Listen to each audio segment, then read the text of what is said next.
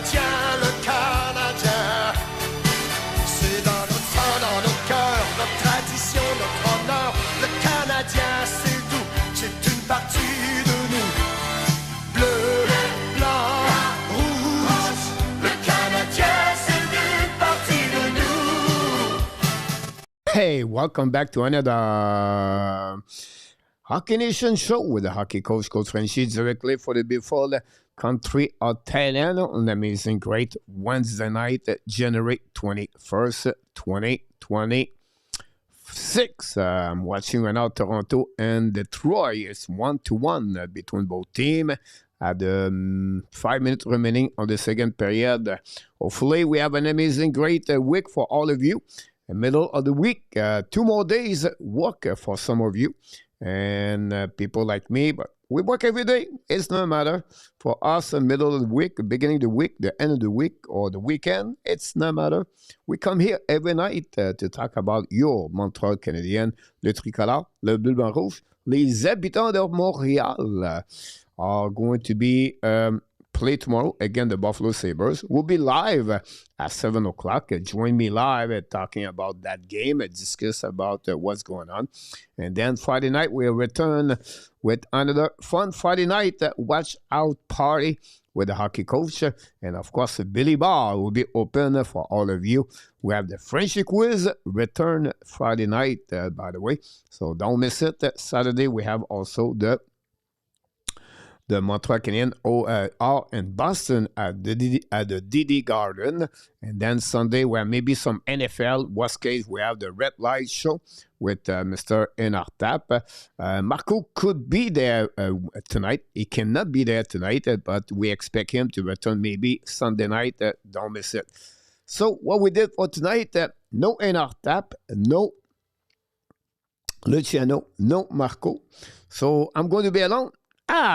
Just for the first 30 minutes, because we have the insider NHL back in the house. Jim Beringer is going to be with us approximately around 9 o'clock for approximately another 30 for 60 minutes, talking about everything's going on around the NHL, the Devils, and of course, about the Montreal Canadiens. That's the reason we are here tonight talking about you, Montreal Canadiens. What a great W last night. Again, the Minnesota Wild by the score of 4-3.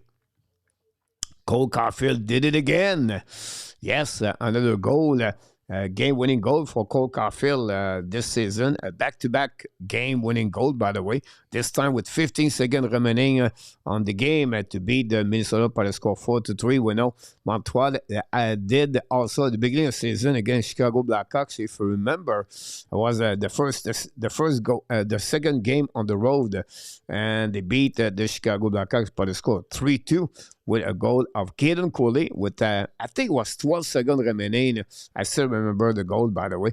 Okay, this is another great W. And on that play, I have many play happening last night. And tonight, I said, I make a short video today about Demidov and Hutson. I said, let's talk about this tonight. The superstar, Ivan Demidov and Lane Hutson. Tonight's on the show, I'm going to go back with my numbers. I'm going to show to you numbers. We have a lot of graphic for you. I'm going to compare Lane Hutson with the top best defenseman in NHL. I'm going to talk about Ivan Demidov, who he can become in the next couple of years. And I said this last night, and I'm going to repeat this now because I think this is what we need to appreciate. Yes, we're losing 1-0, 2-0, and the panic and the chat, my friend. No, it's time to fire Martin St. Louis. Time to fire this guy. They trade this guy, everything like that. But at the end of the day, sport. And as a fan, you get entertaining by the game. But I think at some time we not appreciate a lot what we have. Sometimes I spoke with people, they're looking about what they need, what they want. It's not about what they have. They just want, I would like to get this. I would like to have this. I would like to do this. I would like to, it's about I want. But it's never about have. And my reason I said that, guys, because we have talented, skilled players right now in that team. And we don't appreciate enough, I think. And it's not against it. I'm trying to explain to you guys. It's just a sharing. I think some point last night, again, I was losing 1-0 or the Minnesota tied the game, whatever it was. I was still believe at the Montreal Canadiens. And I think this is the way we have to believe, because Montreal Canadiens is the number one in NHL. Trail at the beginning of the third period and come back at the third period to win the game. They are number one in NHL. This is the new ways how they play the Montreal Canadiens. I think we need to accept that, and we need to encourage and support the team more. So, look, I want to sharing this. I think this is, for me, an important point, and we have so much. And for the future, not only tonight, not only tomorrow, guys. Penalty shot right now by Toronto Maple Leaf. Lawton loses the puck at the break on the penalty shot. That said, it's only for 1 year. It's for many years. I don't know. I'll be dying. Maybe I'll be dead. But at the end of the day, I think we need to be grateful and thankful for what we have right now. It's not perfect. It's not the best, and it's okay like that. But what we saw last night and what we see so far in the last 2 years with Lane Hutson and what we saw with Demidov this year, the chemistry they built together blew my mind. It's blew my mind. And I'm going to give a number tonight, and that will be the question for all of you tonight to share it with me. Are they going to become the best duo with the Montreal Canadiens and the future? Are they going to pass Caufield and Suzuki? And if you look about the history at the Montreal Canadiens franchise, and I go all the way down, like I'm talking about Guy Lafleur, Larry Robinson, you have Piquet Souban, Pacioretty maybe, Markov, Cuivo, maybe you have, I don't know, the time you have, Danforth Surgeon as a forward, but still, in the past, Doug Harvey, and we consider Doug Harvey with Maurice Richard, who knows?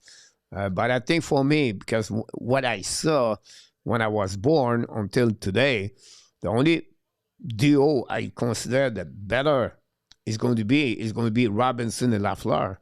But can Hutson become a winner of the Norris Trophy? Can Demidov become a 100-point players in NHL?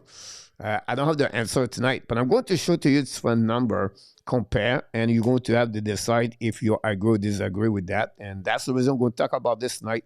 And if you're not excited about what we're doing right now, what they are doing in Montreal Canadiens, I don't know what we take for you, although the fact like they win a Stanley Cup. So hard to win a Stanley Cup for me, I don't believe it. I don't believe it. Like, if it's happened, it's happened. But for me, it's about consistency. And love the process, love the outcome every game, and we sharing opinion, we talk each other with respect, and disagree, agree, or it's okay. But that's where I am. That's my feeling, my emotion right now about the Montreal Canadiens. But hopefully you are on the same page with me. Billy from Nova Scotia is in the house. Mac Elliott knocked the door early. RJ Calabro already in action tonight with all its fun information. I want to give him credit for the Sabres, Buffalo Sabres signed Josh Doan, 7-year deal at 6.9. This is a good deal for the Buffalo Sabres and also for him. And thanks again, RJ Celebrate, to sharing that. I did not put this up on the screen tonight, so thanks again. RJ Gabriel talk about the Browns sign Alex Steves, a 2-year deal at $1,625. PS ball, hockey ball tonight. We'll see you a little bit later about that. Brew, welcome back, my friend Brew. By the way, Laval play tonight at 10 o'clock. Do we do the game? No. Why? Because I don't know why the fans don't follow hockey. You have the die-hard fans in hockey, right? You know who they are here. They come here every night. They all die hard. You put a pop-up game, they will show up. You put a football game, they show up. You put baseball game, they show up. But also, if the Montreal Canadiens, they show up. But when it's not Montreal Canadiens game, they disappear. Like tonight, they don't come. They don't want to talk about Montreal Canadiens. And everybody's busy. I'm not complaining about them. My point is, you have the die-hard fans. And obviously, they don't follow Laval Rocket. I know Laval is not looking good. They win last night 4-3. Florent Jacquard scored a goal, by the way. The game-winning goal. But again, you know who I'm talking about. And it's sad. I think the show, it's not about me, guys. I have nothing to do about this. I think what we bring here is pretty good. But people prefer the people have some kind of credibility, like Maxime Lapierre, Tony Marinaro, everything like that. It's okay like that. I'm not complaining. At the end of the day, they don't, But I think we're not valued of the way we are. Anyhow, Claude Richard is in the house, directement de Ottawa. Notre ami Guy from Ontario est avec nous ce soir. PLW go with what? Mekar to score for 5. That's pretty good. PLW, Mekar 5. Shekran to score for 5.5. A good show all. And that's higher number PLW I thought is going to be. Peter August knocked the door, Mr. Peter August.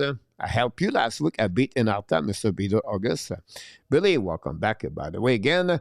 Another Kraken dropped the puck tonight, Guy. Eminem from British Columbia. Welcome back. Larry Lavalley from Green Valley. Hopefully the weather is nice. Weather is great right now in THAILAND, to be honest with you. That's a perfect time to be here. Everything. Roger Bouchard, notre ami Roger, Arctic and Vermont. It looks like it's cold over there. Hopefully you're inside the house with your peers. Pete Martin, welcome back, Pete Martin. Glad to see you early tonight, Pete Martin. Hopefully you're doing well. Live 6 month year near message just not now. Larry, yeah, stay in Arizona. Larry, you better to stay there. Maybe number 1 and coming back at coach, but his good team. They will not be a trail in the first place. About that for that one. Larry Lavalley, Guy, Pete Martin, say Larry, Pete August. Pete Martin, for me, is about good hockey game for him. There we go. Awesome, how good. Thanks, Pete. And Pete Martin again, come back. PW, Suzuki, 16 points per 160 play for 5-on-5. Demidov is at 2.9. Demidov is already 80% more productive que Suzuki at 5-on-5. Just need more ice time. McDavid and Dressler are at 2.4 per 60. Demidov just need more ice time.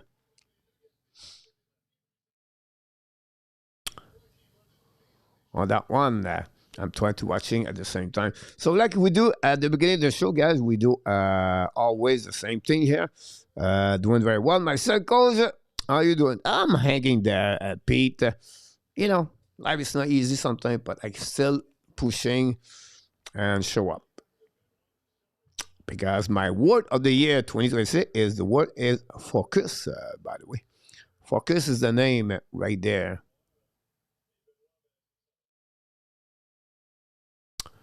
Stan the Man, knock the door. Welcome back. Fantasy game last night. Stan the Man, you're right about this, Stan. Always here with us with PLW all the time. We appreciate that. We do at the beginning, we do the headlines. That will be my first one of the night. And the reason I'm going to go there, guys, let me check this one. And my headline of the night, guys, is about this way. Try to get it. Here we go. Alexandre Carrier is a great example. And I said that to you guys because I feel like Alexandre Carrier carry on a lot of weight with the Montreal Canadiens.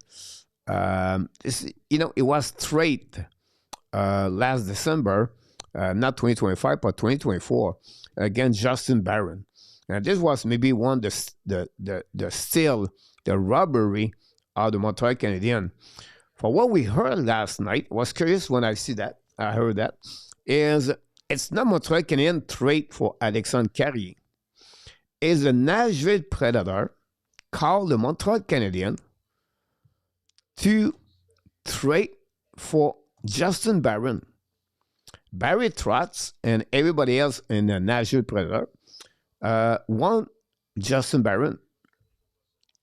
At that moment, can use, he looked and he said, but if we can get Alexandre Carrier in return, it'll be good.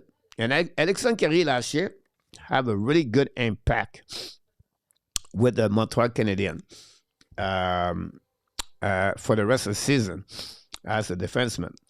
This year, he started with really difficulties for him. Many times we said Carrier was on the office, so Carrier did not do well and everything.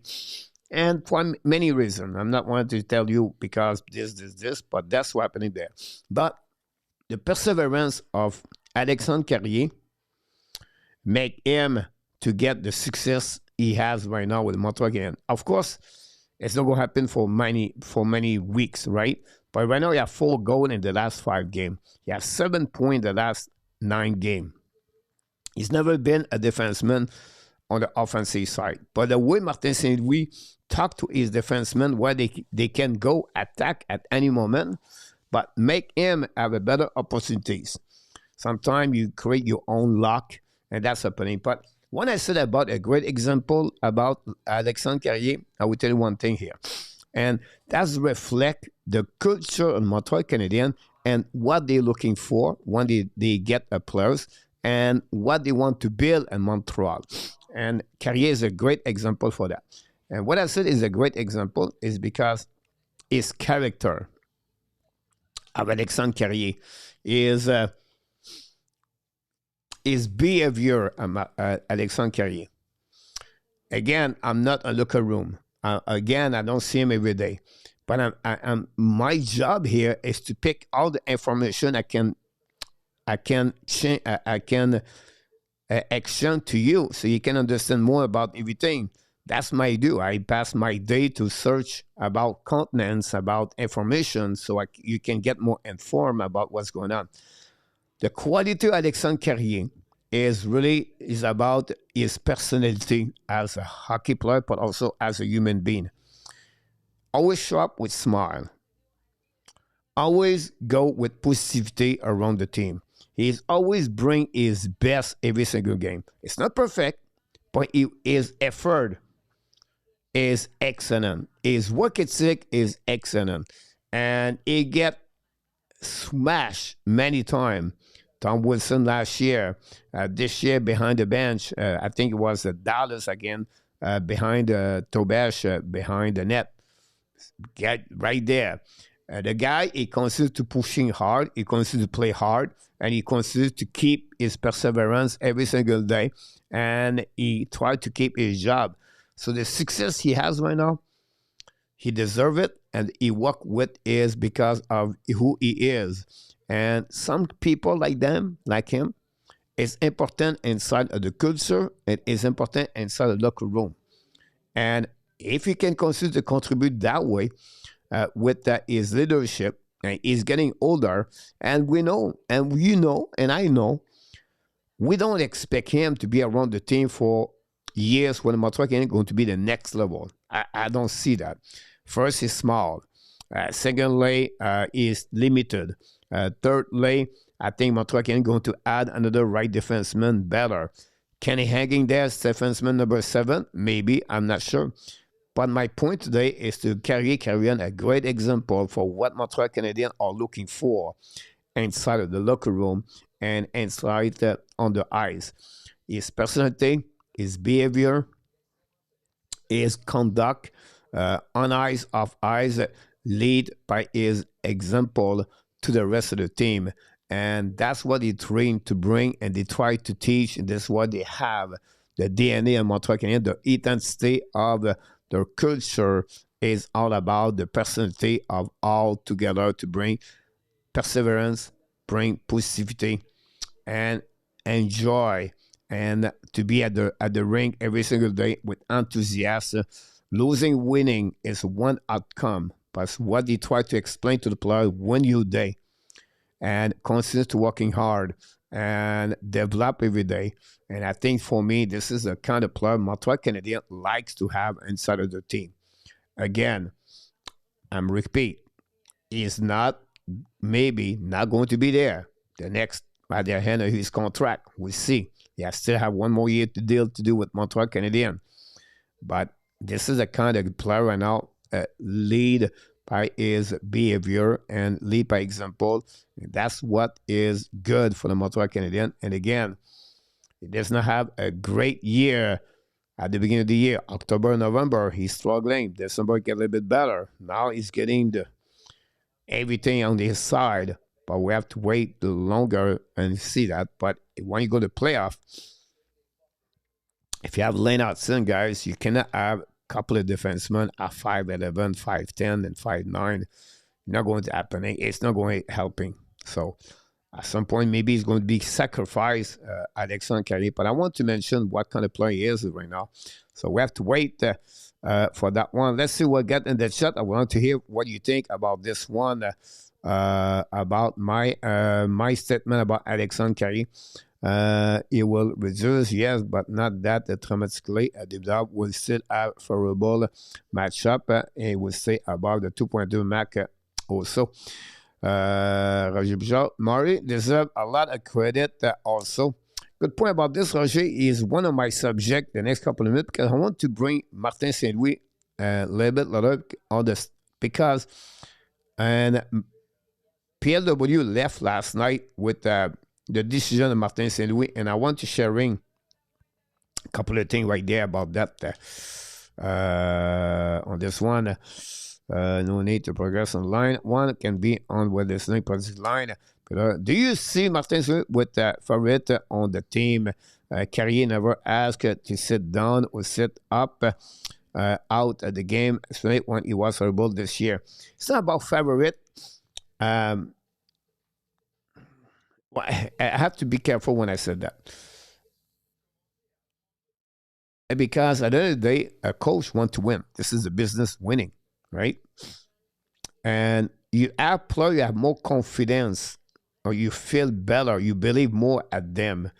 I'll give you another example, guys. And I know you're not going to like that one, but Martin, we like Joe Veleno. From us, we believe Villeneuve should not be there, but Martin St. Louis, like Joe Veleno, like he used Alex Carrier. Sometimes, Peter, he have to go with what he has inside of his hands.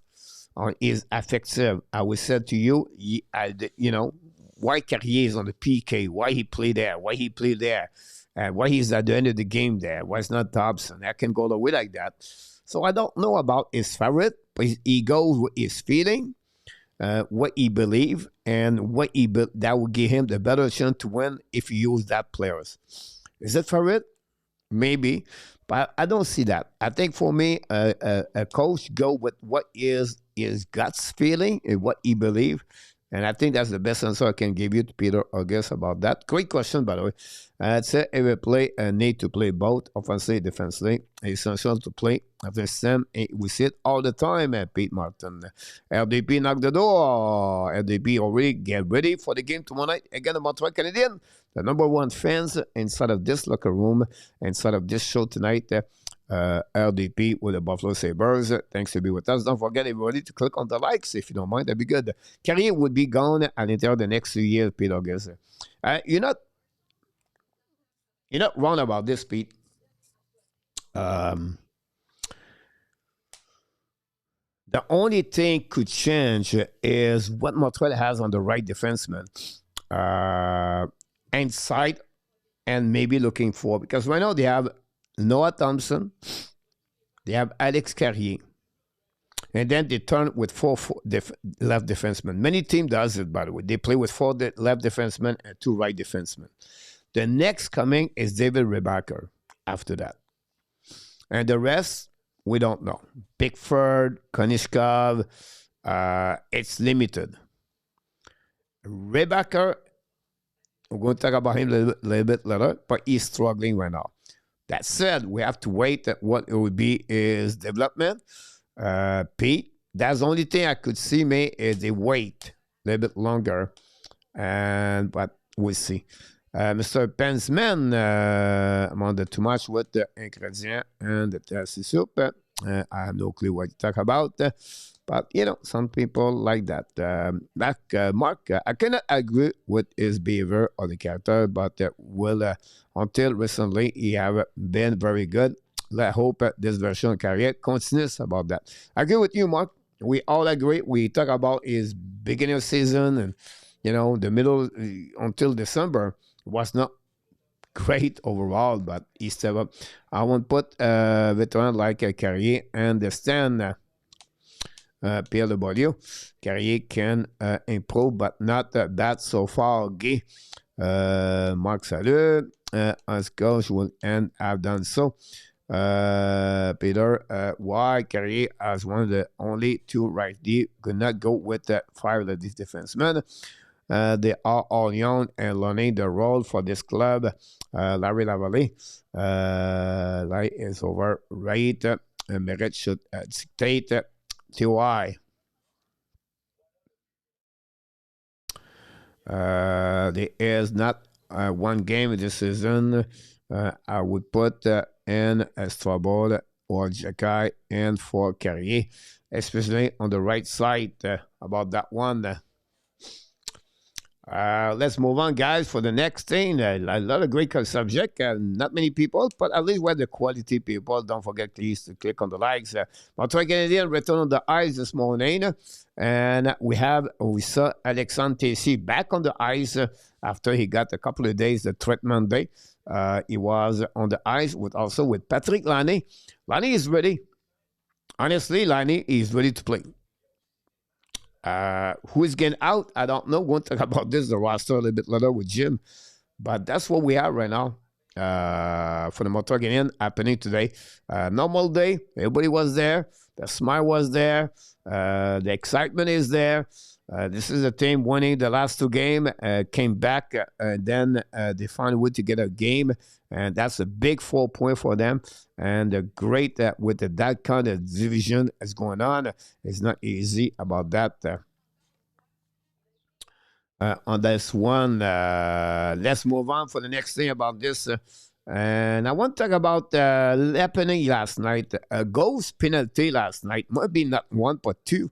And both of them was against Lane Hutson last night. Change the rule is about the NHL. So last night, the biggest conversation around the NHL, around on the social media, it was Furlat that called a penalty for 2 minutes at Lane Hutson. One Foligno trip by himself. That was very bad called by the referee. It's one of the worst of the season. We all agree with that. And but that's happening last night. When you look this from outside eyes, right? The game is over. Everything like that. Coaches make mistake. Player make mistake. Referee make mistake. But a game should never have been an impact by the decision of the referee or the linesman, whatever it is, right? The NHL applies some rules in NHL. You have a goal, everybody check the monitor. Is it offside? Is it interference? Everything, right? You have a delay penalty, puck go out, you can challenging that penalty also. You have to find a way to make that game the right way with the technology we have, with everything they have. Right or wrong, I'm not here to tell you that.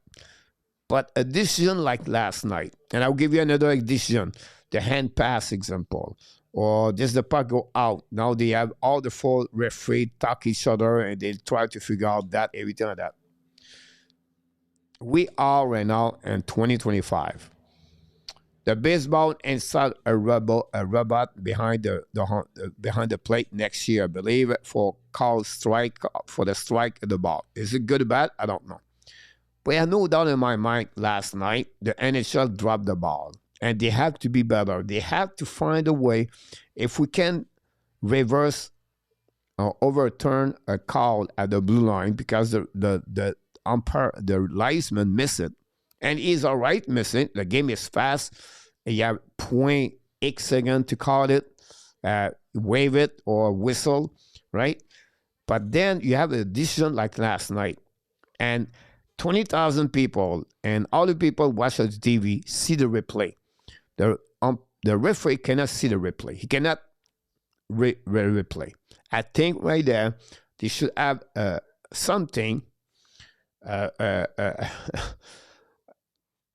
the team can challenge this, or the NHL have someone watch the game and say, wait. There was no penalty there. I'm not talking about a stick guys hit a players. Last week happening against Montreal Canadiens. I don't know, it was Dano or someone have a high stick in the face, and he was the wrong stick, and they called a penalty. Those kind of situations, I think they should be monitored exactly if it was a goal on the ice. In my opinion, if this could change, guys, the season Montreal Canadiens, or it could make an impact on the standing, I believe. And I think this is what they need to improve. Again, I'm not blaming the ref. Everybody make a mistake. It's happened every freaking sport. This weekend, I don't know football or not, but you have a lot of conversation between the Buffalo Bills with the catch of Cook, if I can recall it, and then the guy still the ball on the impact on the same thing. Is it good or not? I don't know.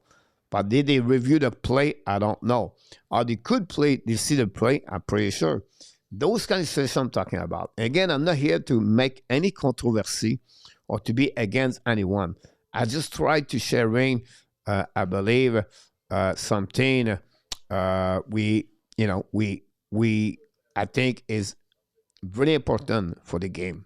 And I don't know if you think about that, but it's, again, not against them at all. I just want to sharing what I'm thinking for that one. So that's what we got on this one. Peter, I doubt the Laine will ever play another game with the Montreal Canadiens. Madison done as well, not the other, but the right thing. Game Mark, I don't see where you put Laine unless he goes on the top line. Otherwise, he's not used. Sit him for now. Will be part of the trade tomorrow hockey game, 7 o'clock. Thanks so much, my friend Alex Lyon. Laine would be on the third for 5-on-5, a second power play unit. Rob, welcome back, Rob. Thanks again for all the likes. Can we go for the eyes? Get on one on this one. There you go. How can 4 referee on the eyes all get it wrong on one see all bad guys? They should talk over together. No. Steven, welcome back. Laine would play some game after he come off injury. If they want to trade him, they will not have no choice. Eyes in the sky. I like Pierre McGuire ID or the referee on the eyes, one eyes on the sky. Critic to the referee thought that he made to play and a great point about that, Peter. He did it. I think the major problem with the call was the fact that the referee did not see the trip because there was no trip. He just saw players go down and assumed it was trip. He called it a penalty.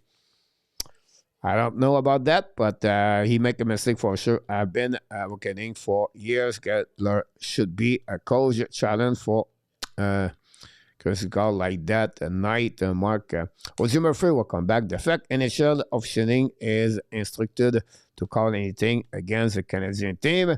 No more cup for Canada unless they can become progressive. But Gary is nailed. Greg Son, keep to refer on the eyes, add one on the sky, and should add the budget. Mr. Ovidio, welcome back, Mr. Ovidio.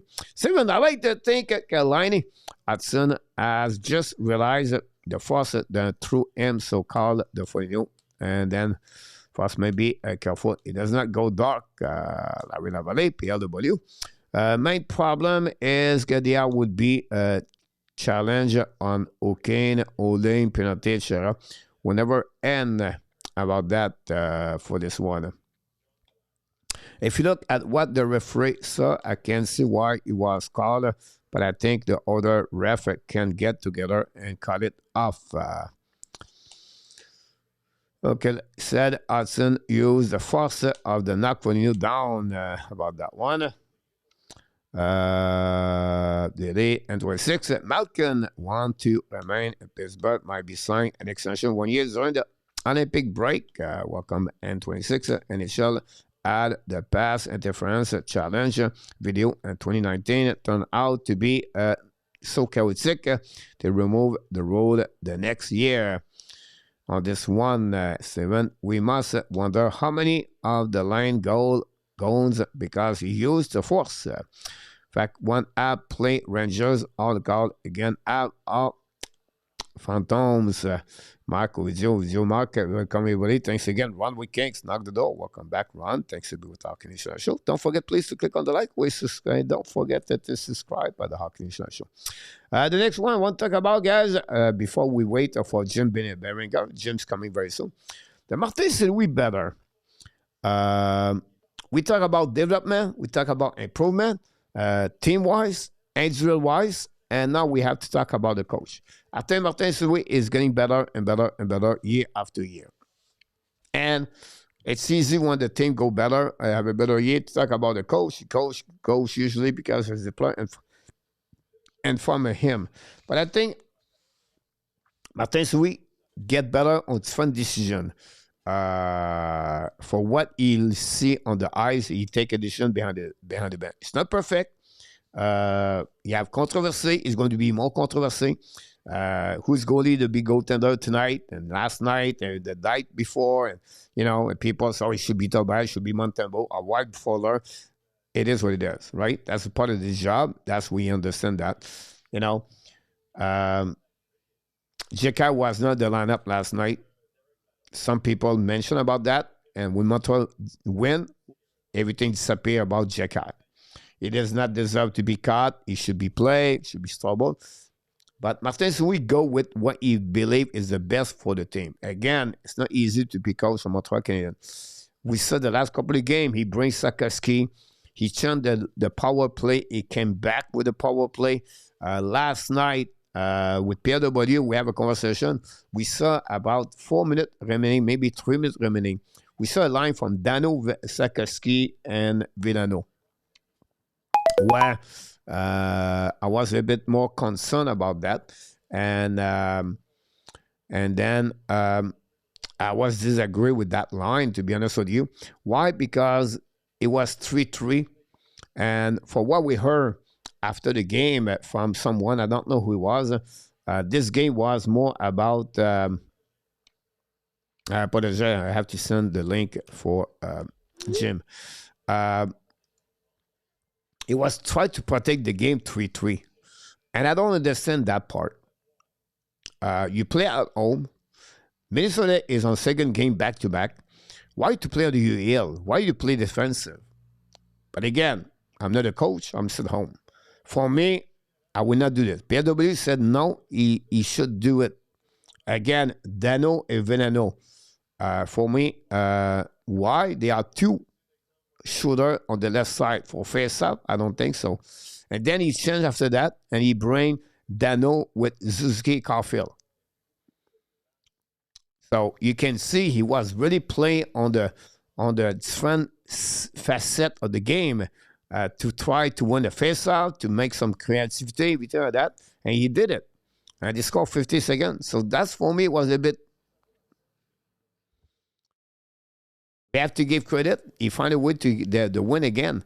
So, sometimes we're complaining about, Suzuki is on the shootout, everything. But I think he's growing, he's getting better and better and better with time, and that's what we have. That's what I'm very happy about at performance of him as a coach. Garrett, welcome back. Thanks to be with us, face-off coach. That's why it was Evans, Sakaski, Villano. It was Evans. So I said Dano. So he was go with the right and left on that one with Sakaski. Yeah, but again, why to play defensively with 4 minutes to go remaining at home? That's what I don't understand for that one. Jim's going to join us live in a few seconds, guys. Jim is in the house. We're going to talk about the NHL. Before he come back, we're going to see what about that. That's because Jackai should have played yesterday. About that. Pierre Louis said, Evan Sakaski Villano, like I said. On this one, personal player cannot be power play players. Dan Asham with Colette. Thanks, everybody. Don't forget to play some. Martin still need to work on what he called a timeout before a game get away. He's still learning, which is fine, but he should be more receptive to having an experienced voice alongside of the bench. They did not scream to the ref last night, by the way. On this one, Strobel has to get some game and your guy out Minnesota make sense, Steven. I think at some point he missed. It was 8-1 the game between both of them for that one. Pete Martin, do you think Martin would want to give the best player a break at the 4 minutes to get would play full speed and last 4 minutes to go? Maybe, but I think for me to play the player that he used was not there for that one. On this one, hey coach, we are going to have another quiz, maybe create a run with Kings, and we're going to give away a Rolex. Here we go. That'd be good to hear that. Here we go, guy is back in the house, directly from New Jersey, talking about NHL, talking about hockey. Mr. Jim Beringer is in the house tonight. What's up? What's up? Glad to be back. Glad to be back. Good to be here, Coach. Hey, I like that idea, the quiz for Rolex. Definitely. I could use one for my collection. Here we go. I think it would be good for everybody on that one. On this one, Dan asked a question already. You just show up. Do you have a question for your coach? Do you think the wild card this year, the Jet will get the wild card? That's tough. I don't think so. I don't think they're going to get in. I think they're just going to. I think that 11-game losing streak, I think, really did them in. I mean, me personally, I know they're playing better now, and Scheifele's still scoring goals, and their top guys are delivering. But if they're going to move out Luke Shen, if they're going to move on from Stanley, if they're going to move some pieces in and try to bring others in, I think the hole was just too deep to dig out of. Yeah. That's shocking to see them where they are right now. I was expect to have not the year they got, right? They have a really good year last season. And they lost Nicola Heller. And I said, look, to repeat the same thing, it will be hard. Sometimes the injury make a part of this. Everything that Alibak is Alibak. Scheffler, everything, Connors, everything. So I think it will be fine. But where they've been, I never thought they would be lower like that. And obviously for them, they are in a very difficult division on the top three, like Minnesota, Dallas, and Colorado. So now they have to fight with the rest, where they're a little bit lucky too, because St. Louis, Nashville, Chicago, and Utah are not like, the same level like others. So they can maybe slippery go in. I think for me, it's not depend for them. It would be a little bit what's going on the other side, on the Pacific Division. Can they go with 3 there, a 5 for the Central? It could happen, and that will helping the Winnipeg Jet to make the playoff. If San Jose and Ducks and the Kings drop there after the break of the Olympics. Yeah, no, I agree with that. I'm just looking at the standings right now, and I mean, Utah's at 54 points. If you're talking about the Central, the Jets are 46, and you still have Chicago, Calgary, Nashville, Seattle to jump, plus, like you said, LA, San Jose, and Anaheim. I mean, that's a lot of work to do coming out of the Olympic break. That's a lot of work. You'd have to have an 800 winning percentage the rest of the way out. You're absolutely about that. Talking about this, I want to bring you on the Atlantic Division. We're not going to be live, but we're going to be on the graphic. We're going to be behind the graphic, but we can talk. By the way, during the time that we saw that. On the Atlantic Division, guys, you see Montreal Canadiens only 1 point behind Detroit with the same kind of number of 50. And 26 is in the chat tonight. And you always talking about, Jim, about, what is really important with this season, I believe, is the winning regular season game, right? Because that will make an impact at the end of the year, if you can make it or not. But when you watch this, and this is crazy, I would say to you, after 50 games, I would never thought to see the standing like that. I never thought to see Toronto and Florida and Ottawa at 6, 7, 8. Are you agree with me on that? Yeah, I'm a little shocked to see Toronto and Florida that deep. Same with Ottawa. I thought Buffalo would be there, but again, what does a 10-game winning streak do? What does winning like 14 or 15 out of your last 17 games do? Keep you up right there, right within striking distance, right? I had Montreal competing for a playoff spot, so I guess them at 3. I'm not surprised. Detroit is a little surprising, but this was now or never for them, right? Like they had to show what they were made of. I think the biggest surprise got to be Boston at 5, right? Like I don't. How many people really thought Boston was going to be this good this year? I certainly didn't. And Florida's dealing with a lot of injuries. No Kachuk, no Barkov, no Kulikov, no Seth Jones.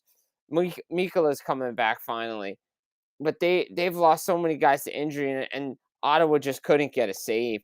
They haven't gotten a save, and I think that's probably the most disappointing team right now in that division because they just couldn't get saves. Allmark's been up and down. He's been away, and so yeah, I've dogged Buffalo. I've definitely dogged Buffalo. Look, they got to make me a believer. I've been saying it all year, even on other places I've been. Until they make the playoffs at the end of the regular season, I'm not sure they can sustain this. I agree with you about that. By the way, 1-1 still, guy, with 20 minutes to go in the third period. The worst thing could happen for Montreal Canadiens tonight, guys, is both teams have 1 point. So we need a regular win by any of the two teams. But we have to wait the end of this game at 1-1 again after most 1 minute to go remaining on the third period. You're right about this. For me, it's really, like you said, Boston really higher what my expectation was on that one.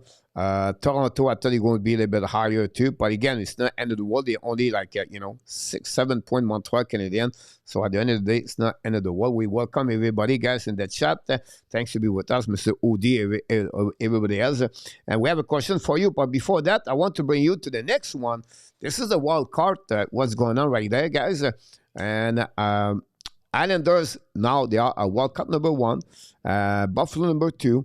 And then you have Boston, Pittsburgh, Washington, Toronto, Florida, and Ottawa, guys, on this one. How you feel about that, Mr. Jim? I think to be honest, I think the Islanders are going to definitely get in. I love the way they're playing right now. Washington, I think, like for me, I don't know if Pittsburgh is going to get in, right? Like because they're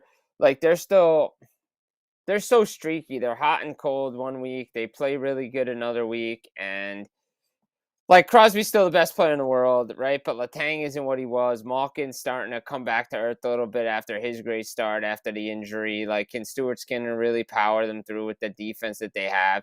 Like, Dan Muse is doing a great, but I look at the negative goal differential, right? Like that's something to me I always circle. Like, again, to me, look, Pittsburgh, you can't count them out because Sidney Crosby. But again, similar with Buffalo, is it sustainable? Like, can it be sustained throughout the rest of the year? Like, that to me is something that we all expected, right? Like, we didn't think that Pittsburgh would be this good. They were supposed to be rebuilding, right? Yep. I agree with you about that. Who's going to win the gold? We have a question, so I'm going to give you that question. Who's going to win the gold at the Olympics? Man, it's so tough, right? Like, Sweden's dealing with a bunch of injuries. I could say USA, but I don't believe in what Billy Guerin's building with Team USA right now. Like, I just don't get it. I don't understand what they're doing. I know what he wants to do. I know he wants to build a certain team. But with best on best, I can never it's an easy cop-out. I know they may not have the goaltending right now, but if they choose Logan Thompson, I think they will. And I think Canada is the favorite to me to win a gold medal, and I think I could absolutely have them winning it. You're right about that. I think Canada is going to win that one. The injury go back to USA and also with Sweden. It could be a problem right there. I think the biggest game for Canada is their game against Czechia. I believe they're in the same group, and they have to play them in the first round. They play the first game. Yeah, so I think Canada plays France in the first game, right? I don't know. Yeah, I haven't looked at the Czechia, Canada, first game. Yeah, so I mean, right off the bat, you're already into the tournament. Like, yep. So that's a must-win game right away. So they have to figure out that right away. Would be interesting what's happening there. I want to bring to you guys a couple of news in the NHL. Then we'll talk about other things. But because Tom Wilson is going to be back after 8 games, the game decision for him, for Tom Wilson. And then Pospisil start his season tonight for the Flame. He missed a full year so far for the Flames. That will be helping a little bit the bottom 6 for them. Pospisil 2 years ago had a great year. Last year he struggled a bit, but this year he start. But I'll bring to you because I want to talk about Luke Hughes, Jim. Very bad news again for the Devils. Last year was Dougie Hamilton and Jack Hughes. Now the Hughes brother are injuries. Of course, not at the same time, but still for Luke Hughes is what? How many weeks now he's going to be out? At least through the Olympics. At least through the Olympic break, if not longer. Right now, they're just going through the rehab process of the shoulder because he suffered a shoulder injury, most likely a dislocation. But again, he went to go visit a doctor in Colorado where he had his shoulder surgery last year. And it's like with the ACLs and the knees when you were a football player, Dr. James Andrews, the minute you were going to Alabama, you knew you were having surgery. I think the key word is for now, because I think the Devils are going to, and this goes to Billy's question earlier, because I saw Billy jump in right away. And he asked me about, like, Devils, what are they doing? Have they turned some things around? And I think a lot of it is going to depend now on how long Luke Hughes is out there. I know Dougie Hamilton's name's still out there. It's being floated around. The Devils want to clear cap space. But realistically, now you're, arguably one of your better defensemen out of the lineup. Is it a wise decision to trade Dougie Hamilton right now? I'm not so sure. I think you keep him through this year, pay a signing bonus, and try to unload him in the summer. And I think that's what New Jersey's going to try to do, especially if they still have eyes on the playoffs, which is difficult. Again, Pittsburgh and New York aren't losing games right now, and the Devils have a lot of teams to jump as well. But this is a big, tough injury for Luke Hughes. Again, both Hughes brothers having shoulder problems this early into their careers. Again, small players, not big. And again, it was freaky. It was weird. And the fact that it is for now makes me wonder if they're trying. Let's see how the rehab. All right, we're going to try to rehab it. And if it doesn't go well, you're going to be shut down. Yeah, it will be really interesting what happened there again. It's not, it's not the kind of news that the fans of Devils and also the team want to hear from Luke Hughes. It was the probably number one, everything. So we have to wait. I think that pushed the trade for Doug Hamilton right now, in my opinion, for sure. They have to wait. There will be the next things to do with that. That said, we have other things to talk about. NHL rumor, guys. We have a big one, guys, was out today by Elliot Friedman. No, it was Panota, I believe, on this one, guys. NHL rumor. I'm going to give you guys the name, and then after that, you can comment for each one of them. Elias Pettersson for Vancouver. Alexis Lafrenière for New York Rangers. Jesperi Kotkaniemi, and also Shane Wright for the Seattle Kraken. This is really surprised everybody. But how you feel about those names? Talk about Vancouver Canucks and the New York Rangers. What could happen there? All right, so let's start with Elias Pettersson and the Vancouver Canucks. His name's been been out there since before he signed that extension that kicked in, right? Like in his final year of his other contract, before he signed the 8-year deal when JT Miller was on the team, they were trying to trade him. And I know Carolina had interest in him. I know Detroit had interest in him. And they were trying to move him, but Jim Rutherford pushed to get him signed. And then they tried to trade him again before his no movement clause kicked in. No biters. And then last year when Carolina again had interest in Pettersson because they were trying to move Rantanen in, trying to make some deals happen. Was it part of the Nature's deal?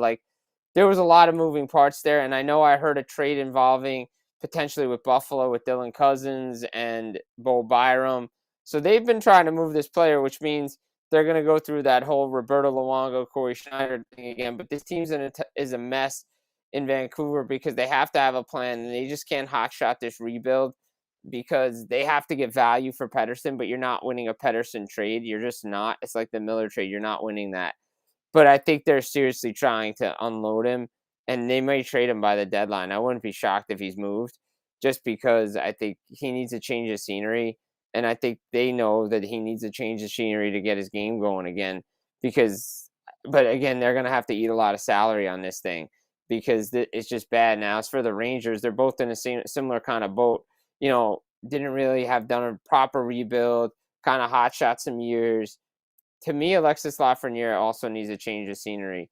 And look, it's unfortunate for Lafreniere that he hasn't panned out, but that 2020 draft is just not a good draft in terms of players, development, players coming into the league. Some guys thinking they're better than they are. Like Stützle's playing really good, but again, you look at it, the COVID year really hurt a lot of guys. Their development when they could play, and the Rangers didn't help him too much, but he's not living up to the extension that he signed. And, I know you don't want to give up on a 24-year-old player, but at some point, like, he's got it or he doesn't have it. And I don't know if Lafreniere has it. And I think a trade would be in his best, advisement. It's not like RNH with the Oilers. Like, he found his role, he settled into his role, and he became a really good NHL player who played 1,000 games, right? Like, the Edmonton Oilers knew what they were doing when they picked a guy like this. Lafreniere's had opportunities, kind of regressed. His play isn't there, doesn't put the work in. Like, there's a lot of stories just coming out of New York that this kid just doesn't have what it takes to take his game to the next level. So I think it changes scenery. And look, last year, if the Rangers were going to trade for J.J. Peterka, Lafreniere was a part of that package because his no movement protection doesn't kick in yet. So I think he can go anywhere now.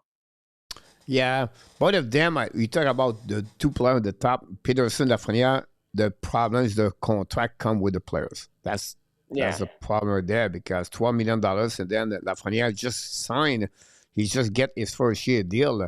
Lafreniere 7.5, I believe he is, or something like that. So that's really difficult after that. It was not $7 million. It would be more flexible for its front team and the Western Conference, I believe. And I think, it's you talk about a first round pick, right? The pressure come with, the expectation come with, and Lafreniere never been that kind of player yet. And I'm not sure he's going to be there, but I think he's a really good middle six player. So, but I'm not paying. But I'm not paying a first overall pick to be a middle six player at $7 million. Yeah. It's not. It's not. What I'm trying to bring is like it's just like he's stuck with a first round pick, but he was just without the pick he was select. I think he's a good middle six players. He's still 24 years old, but I think he need to be with 2 years he's struggling. 2 years the Rangers struggling. 2 years player play. They don't play. They underachieve what the expectation was. I'm talking about Miller this year. This has been a job and everything. I think a new scenery for him, it would benefit Lafreniere. I don't know where, but I think it would be better for him if he will go somewhere, everything like that. I'll be honest with you, and I know, but if the cost was not expensive, and I think I would do that, I would trade Kevin Kocinski for the Chicago Blackhawks for Alexis Lafreniere. It's not a bad landing spot for Lafreniere, to be honest, to play with, but be there with Bedard. Like, that's not a Nazar in that group. I think that's to have a coach like Jeff Blashill get in his ear. Like, that's not a bad idea. If you think about this, Chicago need money. They need money because they need to fill up the minimum cap floor. Yeah, exactly, right. And I know it's a little bit many years, but I think they can. They gave away Kevin Kocinski, 7-year-old pick. Never reached his full potential. Also, he's still young, but I think they can hang in with other defensemen. I think for them, I think if I was Chicago, that'll be something I would pay attention a bit more. Again, it's easy for me. I follow them more like anybody else, so I know what I can see that. But I have a question for you, Jim. Name 2 players Team USA did not name the team, but should have with them Caufield, Robinson, and same question for Team Canada. So you want to know 2 players that was not selected by Team Canada, but Team USA should be with the team. Well, I mean, look, it's easy. Look, I'm going to be biased here because I love the player, and he should be there. Cole Caufield, I don't understand. I don't understand. I get it. I understand why he's not there by Bill Guerin and the way he wants to build this team. He wants the checkers and stuff. But if that's the case, then why is Jack Hughes on the team? Like, I heard Bruce Boudreau today on TSN say Caufield over Jack Hughes right now, and I don't disagree with him. Like, I don't understand why Caufield's not on there. I've talked with multiple scouts. I wrote about it in October. The Team USA lost by a goal, right? What does Cole Caufield do? He scores goals. That's what he does. He just scored another game-winning goal for the Montreal Canadiens. And Jason Robertson had 2 snipes the other day, the same day as Caufield. Like, to me, it gets so hard up front because the Kellers and the Thompsons and guys like that. But you're not telling me Cole Caufield's not better than Jack Hughes or Robertson's not better than those guys. And look, I love Jackson Lacombe as a player. I'm going to have an article out tomorrow, but I don't care about role players. I care about best players. I'm putting Lane Hutson on Team USA. I am. Like, again, I know we're Habs-centric here, and I'm playing to the crowd, but I 52 points in 50 games, the second most points by defenseman. He only trails Cale Makar. And Cale Makar is arguably the best defenseman in the National Hockey League, and he plays with probably arguably one of the best players in the world in Nathan MacKinnon. You're telling me Lane Hutson can't do this on small ice? Like, again, I don't know what Bill Guerin's thinking. I get why they're doing it. They want size. That's why they put Lacombe there. But to me, Team USA, I'm taking Caufield and Hutson. Robertson, I would throw in there too. That's 3. Again, who you taking off? But to me, those guys that have to be there. And as for Canada, I think Mark Scheifele should have been there, and Sam Bennett should have been there.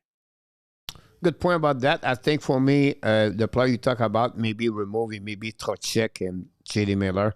Connection with Mike Mason, Mike Sullivan, maybe. I don't know, but I think Trocheck, I have no problem with Trocheck being there. I have a more problem with JT Miller because he has not played well this year. Yeah. For sure. Pay attention, guys. I'm not sure. We have to wait if it's something major. No.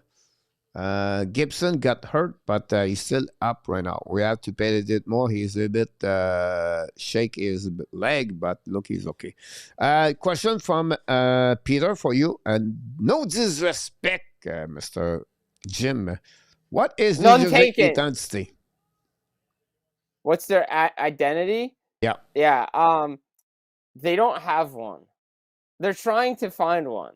That's what I've noticed. They're trying to find their identity, right? They're trying to figure out what type of team they are. They're trying to play a certain style. Sheldon keeps trying to get them to win 2-1 hockey games that they have over the last couple of days. Not grind it out so much, but understand that you have to play a certain way to win. The players have to accept it. The players have to play the right way. Their identity isn't what it used to be, which was off the rush, speed. They're trying to play kind of that hybrid style, but they're not succeeding at it. And they're trying to play playoff hockey, but they don't have the horses to do it. If that explains it, that's what New Jersey is going through right now, because they're just not physical enough. They're not big enough. They don't have the grit. And their scoring is just dried up. And they have to figure out, I've said this, the thing that made New Jersey so good was back in the day was they found the third line that could check. They found the checking line to take out the other team's top line, and that allowed their offensive talent on the top 2 lines to go and flourish. They need to find somebody to, like we've just seen in Montreal with the Philip Deneau addition, to take pressure off Nico Hischier from playing in this, doing all what he has to do, because it's really hurting his offensive output this year. We're now seeing Nick Suzuki again being that offensive weapon that we know he can be. Why? Philip Deneau has come in and taken some defensive responsibility away from Nick Suzuki.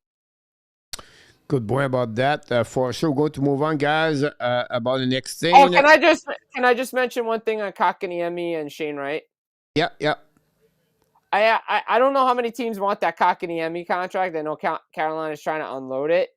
I mean, Vancouver would be dumb to get Kotkaniemi back in a Pettersson trade. He's just not a number one center. It's clear by that. And I'm very interested to hear about Shane Wright and Seattle moving off of him, because if they are, that's very poor drafting and very poor developing a player at number 4 that has the potential to shine someplace else. And that would be another bad mistake by Jason Broderill and Ron Francis in that Seattle organization. Yeah, 5 points the last 25 game, 26 game now. 6 points the last 26 game. I checked his stat, not tonight, but the day before. And he played only 10 minutes. Something's going on with Shane Wright with the team over there. But that's something we have to follow up for sure for that one. Go talk about Montreal Canadiens. Everybody, be ready on this one. Let's go back here and let's see what we got for all of you on this one. Let's go for the game recap yesterday. Did you watch the game Montreal yesterday? Or? I did. I had some of the game on yesterday. Awesome. Mark, if Kiev coaching style or play the right one for the New Jersey lineup, my friend Jim? Let's see. It's funny. I don't know if it's Keefe's lineup or if it's the way Fitzgerald wants to play, right? Like, I think Keefe is a really good coach, and I think I know what he can do, but it's that he doesn't have the horses, and the fact of the matter is I think the Devils organization wants him to coach a certain style, even though he says it's not that, even though Fitzgerald says it's not that. You could kind of clearly see it is that, because they don't have the talent that they had in Toronto, right? And I think Keefe also knows that defensive hockey does win, but the Devils just don't have the horses on that. Great point about that. Montreal won yesterday, guys. Montreal 4-3 against Minnesota. I want to share a couple of things here, guys. If you have any question for Jim, don't hesitate to question. It's still 1-1 with 2:16 guys to go. This is not good for the Montreal Canadiens. No. For that, because we're going to get that one. Hutson, guy, 1 goal, 1 assist yesterday. 2 points. Demidov, 2.2 assists. Carrier, 1 goal. And then you have the game-winning goal, like he said. Jim Caufield score is 7th of the year, by the way. Dano, 1 goal plus 3 for Philippe Dano yesterday. His first goal of the season for Dano. First Sunday return with the Montreal Canadiens. The defenseman last night, Otto Dobson. All the 5 of the defensemen, guys, have 6 points last night. Madison, Hutson, Goulet, and Carrier, Strobel. And then it was the return of Kirby Dach yesterday. I'm going to bring you one more thing before we move on. Carrier, 4 goals in the last 5 games. 7 points the last 9 games. Caufield, 25 goals this season. This is his 4th season at 25 goals. Hutson, 3 games. Of mid-point again, and then we have 15 times he did it 15 points, by the way, during the last 5 games for them. And then we have Demidov Suzuki with 7 points the last 5 games. So he gave us a little bit of information about the game you saw last night. Yeah, I thought very impressive win by the Montreal Canadiens. I was about to say Toronto. I watched them the other night lose to the Minnesota Wild. And the New Jersey had 2 impressive wins back to back. But look, Suzuki, Demidov, they're playing really well. The fact that they beat a team coming off a back to back is huge. Beat them in regulation. We've talked about the regulation wins for Montreal. Going to help them later on in the standings, potentially win the division. Now you're seeing what Caufield's doing. Obviously, we know what he does. We know what Suzuki's doing. But that second line to me, Slavkovsky with Demidov, they've really found something there. And Kapanen, that line to me, Dach being on the top line looked really good too. This Montreal Canadiens team is very special in what they're doing. I love what their diva is doing. It's like they don't want to mix up what's in this room right now because they have something going with this group. And we're seeing what Demidov is doing, taking it to the next level. And obviously, I mean, look, Suzuki. Everybody knows how I feel about Nick Suzuki. And spoiler alert, I think he's going to win the Selke Trophy this year. I really do. I think he will, just because of what he's done. But the Canadiens did what they had to do. They ended the losing streak against Minnesota. Perfect. That's the way you do it. Dobesh, had his moments, but he did enough for the team to win. Good point about that. 9 straight game. Minnesota beat the Montreal Canadiens, and for the first time with Philippe Dano. He stopped 143 minutes or 153 minutes before Montreal scored a goal against the Wild. They have the number. The Wild, the active 9 straight game against the team, was the third of NHL this year. Not this year, but active in NHL. So good for the Montreal Canadiens to find a way to get that W last night for sure. Yeah, multiple players have a great game last night, guys. You can see on this one. I like the fact, like Montreal, honestly, in my opinion, they dominate most of the game. Puck position, better chance. They don't give a lot for the Wild. They took advantage of 2 power play to score the goal. 5-on-5, I think Montreal dominate the Wild, but the Wild hanging there. Wildstad make a couple of save, and that's the reason they almost get 1 point, but Montreal find a way with 15 seconds to go remaining.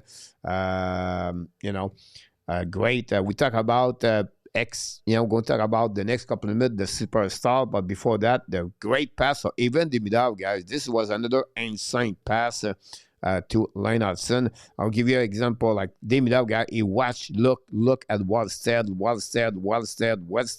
and then he's going to shooting, and then pass to Hutson, a one-timer shot to beat under the glove, I believe, was for his 9th goal of the year for Hutson. Hutson had 52 points this season.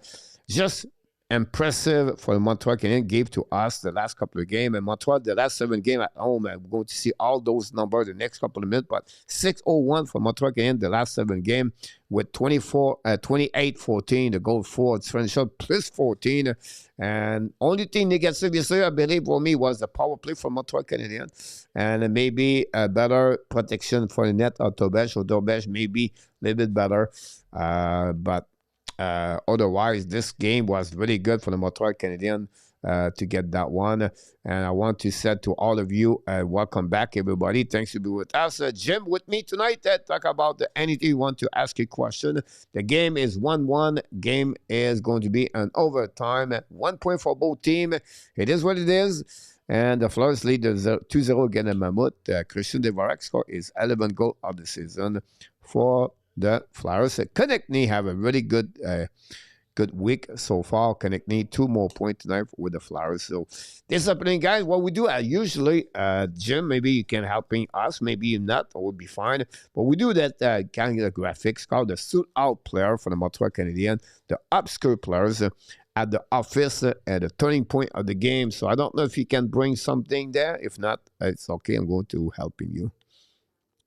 I mean, look, stood out player, so standout player to me of the game, Ivan Demidov. You mentioned the pass to Lane Hutson. I mean, I could say Caufield game winning. I could say Hutson. By the way, I think I'm going to throw obscurity here, not player, but ref.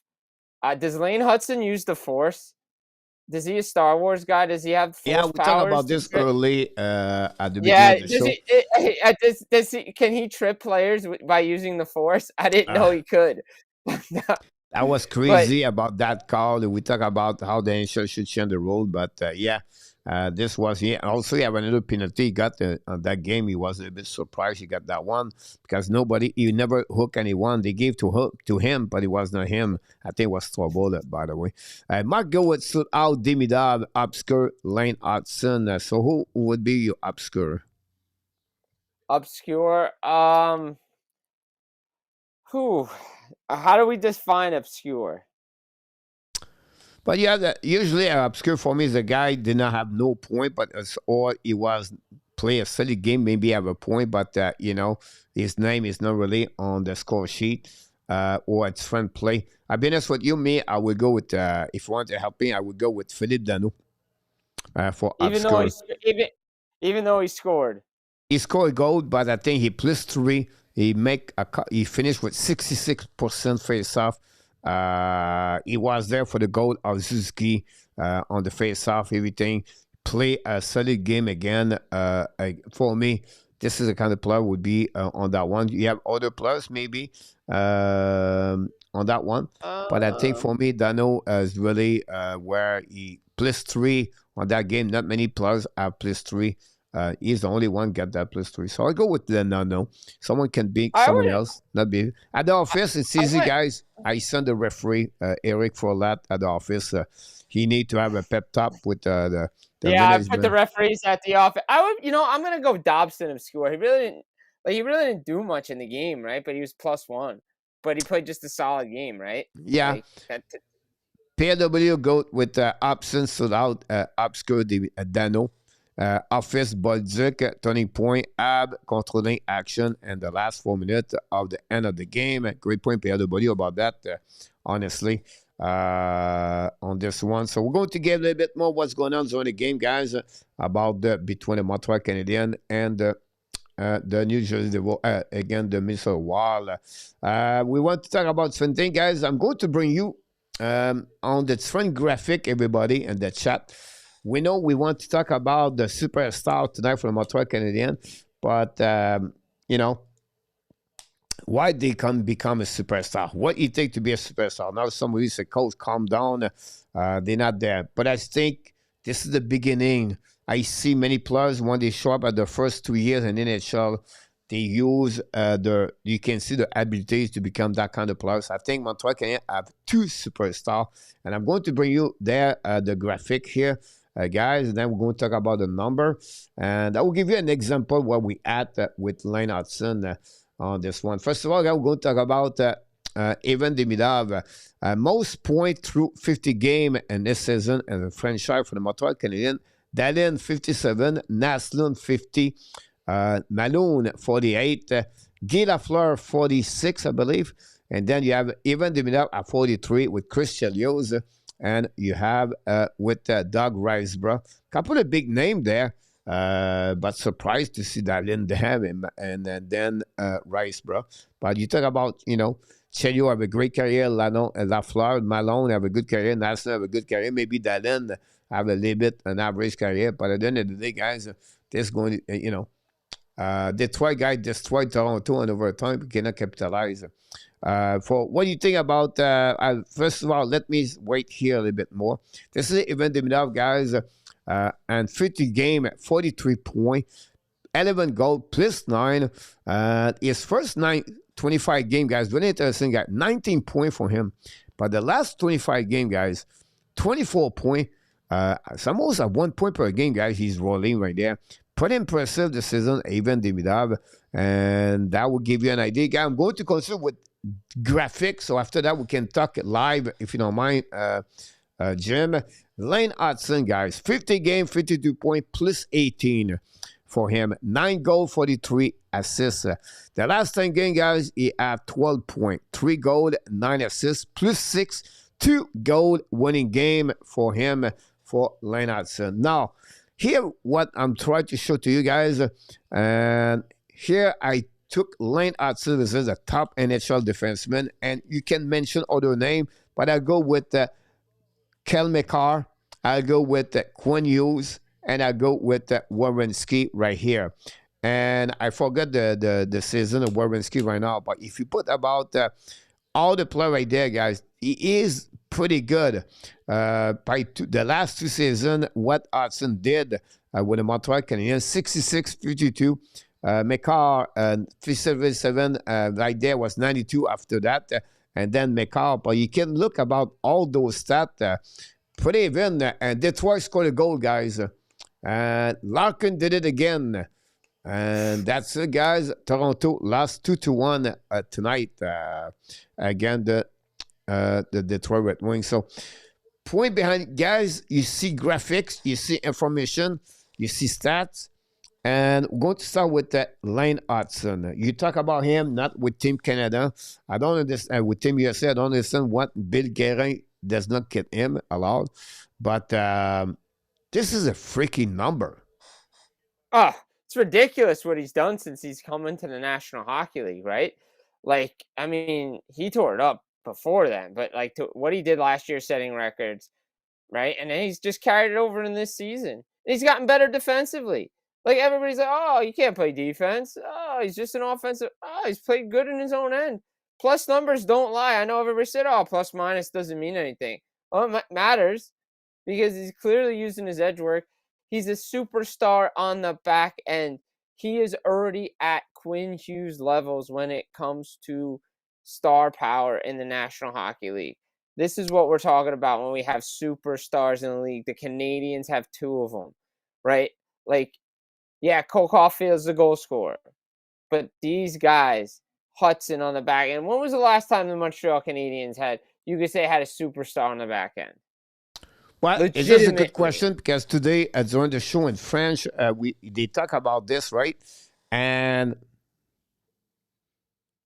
you have maybe some kind of goaltender, Carey Price, particular one, right? Maybe you can talk that way. Yeah, but that's a goalie. But I'm saying defenseman. Like Montreal you have to go Canadiens, all the way, in my opinion, for Larry Robinson. Yeah, like we're going to the 70s now. Like we're not even. Yeah. We skipped 3 decades of players. That's where I believe it's amazing when you think about the superstar like him. And when I look about Sat, I go a little bit more deeper. Werenski and Ken McCall, this bigger guy, right? They are bigger. But we talk about Quinn Hughes, and I compare always Lane Hutson with Quinn Hughes. It's similar player, but different players. I think Quinn Hughes have a better shot. I think he have more power, a stronger shot, I would say to you, compared to Lane Hutson.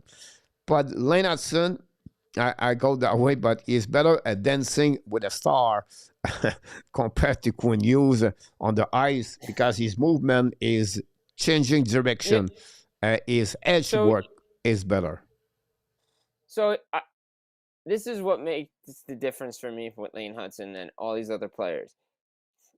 He puts in the work. He wants to get better at things that he's not good at. That's what makes superstars. He wants to be on the ice constantly. He wants to be doing the extra time. The Canadiens have to keep him off the ice. The Canadiens have to literally lock the facility on the off days to tell him, no, you can't go. Like, that's a superstar. Like, to do and go the extra mile to be better than your peers. That is a superstar. You're absolutely about that one, guys. Pittsburgh take the lead 1-0 already in the game, by the way.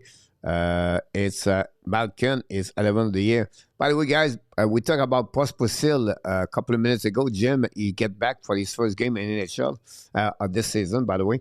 And his third shift, he just got a slap shot on his left leg. Oh, no. Oh, man. I got to feel bad for that guy. He's on the bench right now, but he's on the pain. But he's not out. But just give you an idea what's going on about him. Unlucky, man. Pierre W. said that Quinn Hughes, a smoother skater, Hutson, a bit more shifty, more upper movement. Good description. Yeah, that's a great description. Like you said, Hutson more dancing with the stars. Yeah. I agree with you and about then Demidov. And then you come in with Demidov, right? The kid had superstar power last year, even before he got in the league. Like the hype around him coming to Montreal alone, right? Like, and what he did in his arrival and how he's played the game and all that. The same thing. Him and Hutson out there all the time, trying to work on getting better, being in the Montreal environment, embracing it. Like that makes you a superstar in Montreal. You take it. They have a special talent. He's offensively gifted. He's getting better. He's winning his puck back. He's doing the little things that make this, and everybody knows who he is. And that's a superstar. Good point about that. I think Hutson more creative for Peter August. I will say to you one more thing. I think for me, Lane Hutson is a better defenseman on the defensive side at Quinn Hughes. Like, I don't think so. We give enough credit for how Lane Hutson, with his stick, he steals the puck from behind. The details of his game is handling. Again, he's not going to hit someone 200 pounds foul in the corner. No. But how many times he win battle, and you think he's never going to win because the guy is maybe 30 pounds bigger or stronger, but he find a way to get the puck back. That's the work, that's the work he's putting off the ice, understanding what he needs to do to get better because he knows he's a smaller defenseman. Yeah. His work ethic.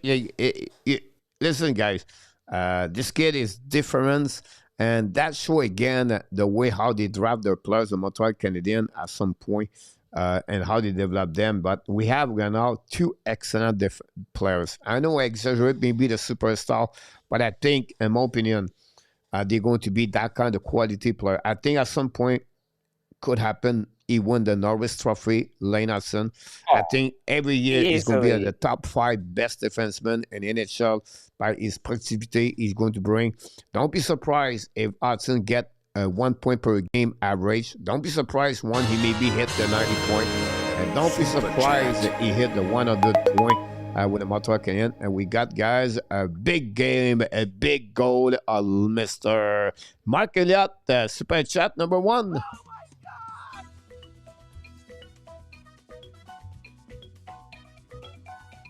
Thank you.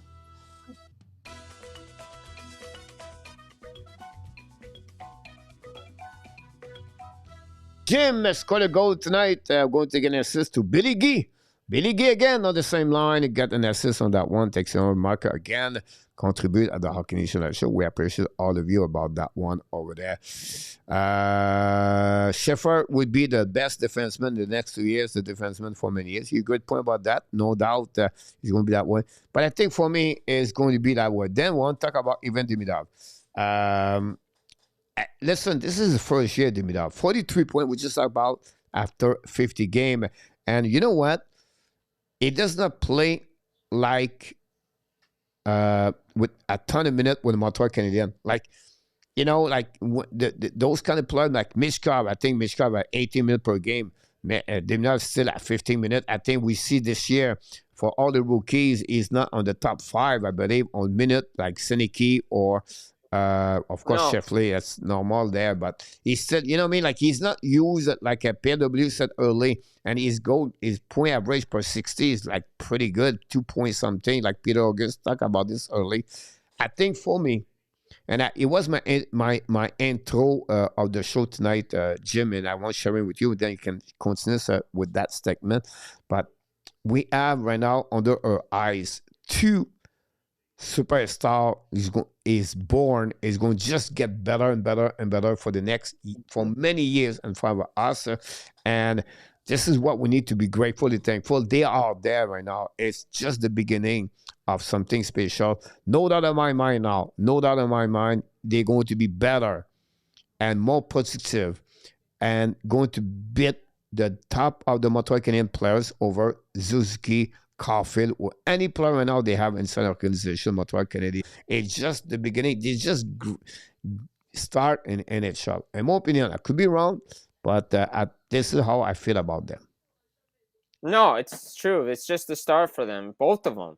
They're still both young players in the National Hockey League, but the fact that Demidov is doing what he's doing in his rookie season, right? I mean, Hutson, we already talked about that, but Pete Martin scored the second goal of the game, guys. Good night. Hey! Pete Martin scored a goal.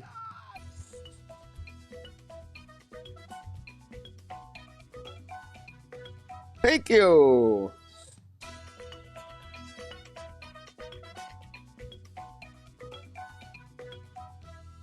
Pete Martin scored a goal at the Hockey Nation Show, the second of the night. Thanks so much, Pete Martin, for your contribution. Very kind of you to that. Pete August, Pierre W. We're going to be on assist on that one. Thanks so much again for all the contribution. RJ Clabo, the news update, and Ron with Kings, the moderator. Thanks for everybody to be a part of the show tonight. Without you, contribution would be impossible for the channel to be alive every single day. Okay. We are 365 days every day. At least something happened to me. Otherwise, going to be that way over there. And 26 talk about Scott Niedermayer. I love Scott Niedermayer. I mean, look, you're talking to the guy who saw in pretty much his entire career from when he started. Niedermayer was like unbelievable. I think he was underrated. I think he was did not get enough credit, in my opinion. No, he didn't. He didn't get enough credit. Yeah. The thing is, when Lou was drafted him, he had no choice but to put him in as an 18-year-old. Lou did not like to play 18-year-old players. Niedermayer gave him no choice. You're absolutely about that for sure. But I think Montreal Canadiens are in the good hands right now with Demidov and Hutson. We But don't that know core, the too. next what happened, right? We don't know the future, everything like that. And I talk about this again. I think it was again early.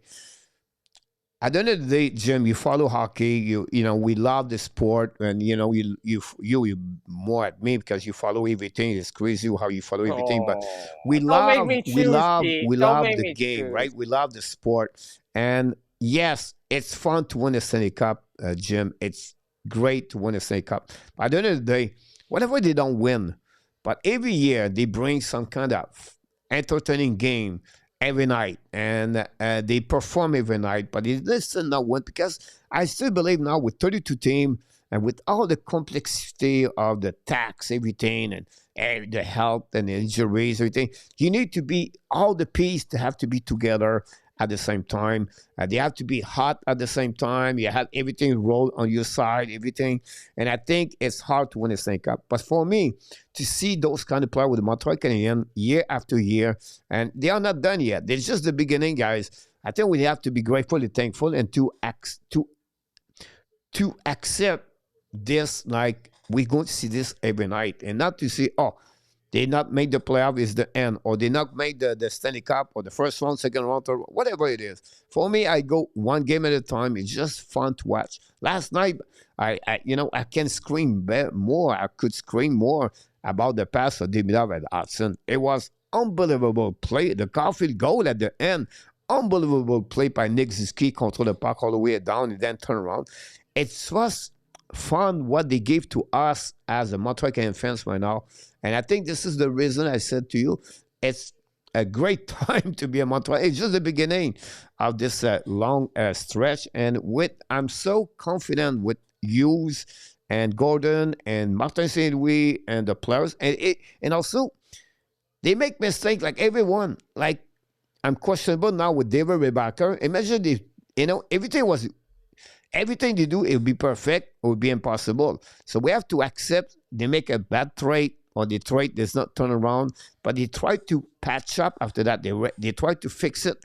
And they have some people we never talk, Martin Lapointe, Pobrab, Nicolas, Pellerin, Pascal Vincent Laval.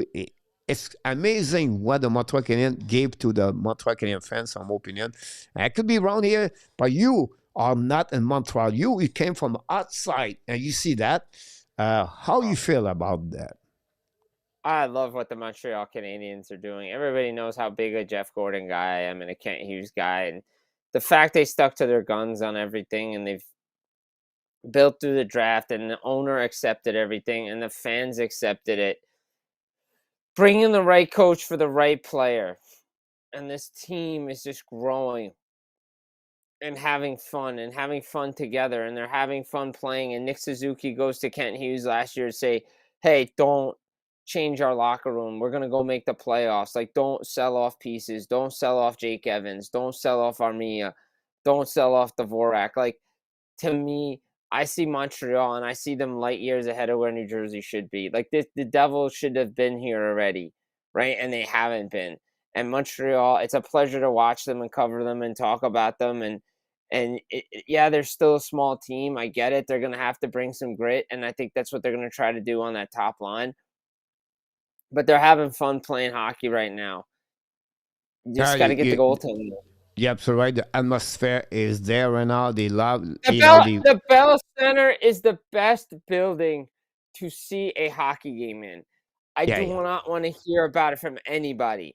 The Bell Center, when this team is playing and in the playoffs and playing meaningful hockey, that there's no other place that's louder and more electric than the Bell Center.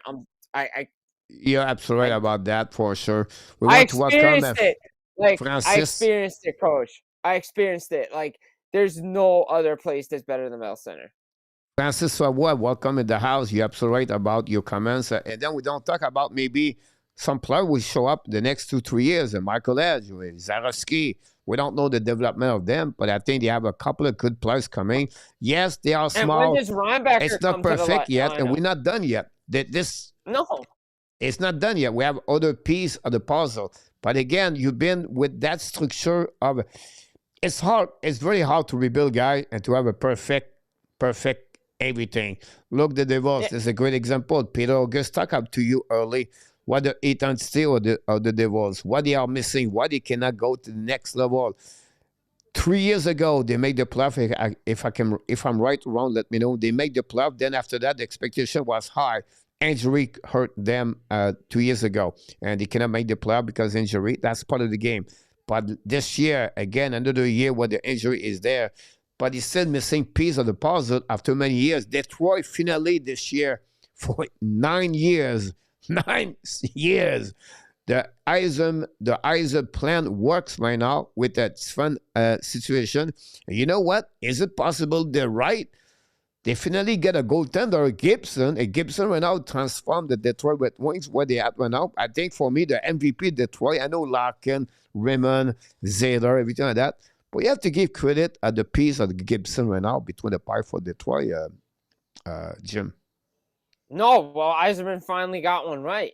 And at first, it didn't look like he was going to get one right because Gibson struggled at the beginning of the year, and then he started to find his game.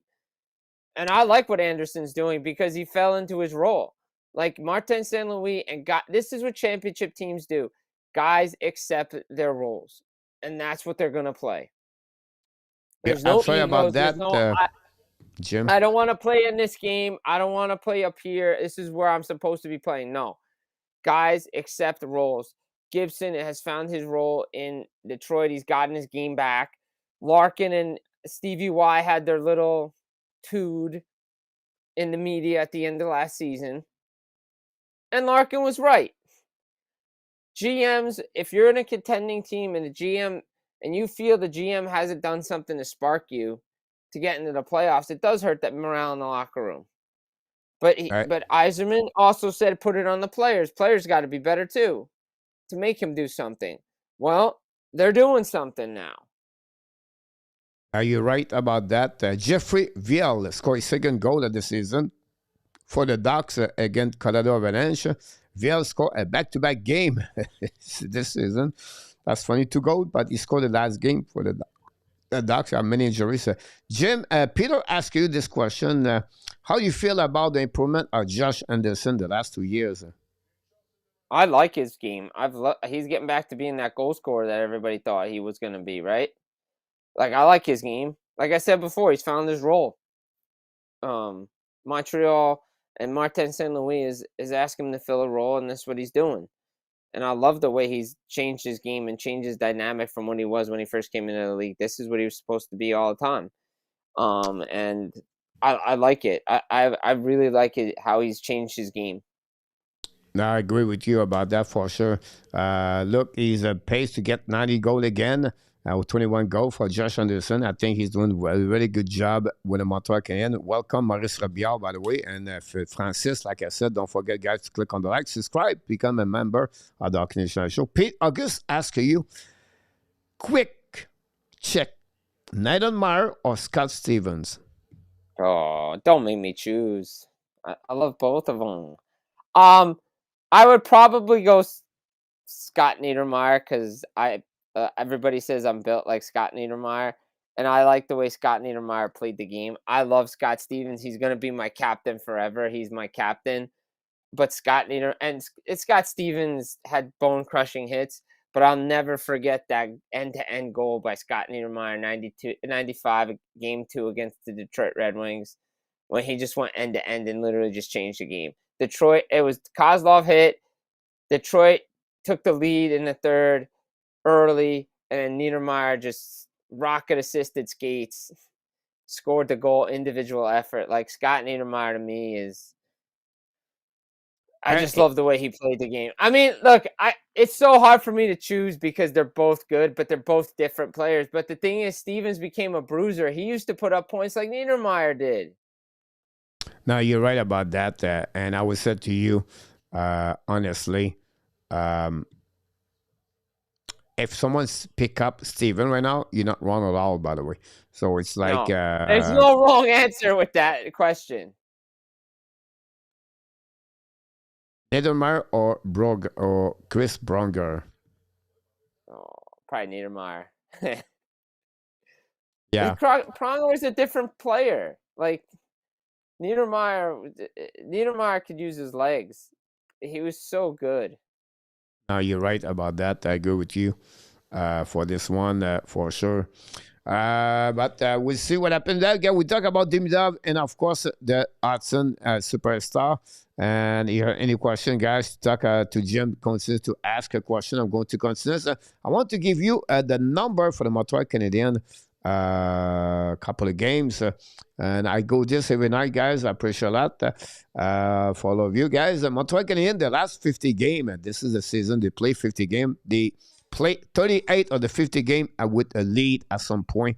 Pretty impressive. Again, we talk about almost 70% of the game they play with the lead at some point.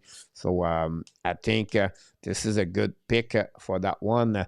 The next one, we're going to go Carrier 4 goals in the last 5 games, 7 points the last 9 game for Carrier.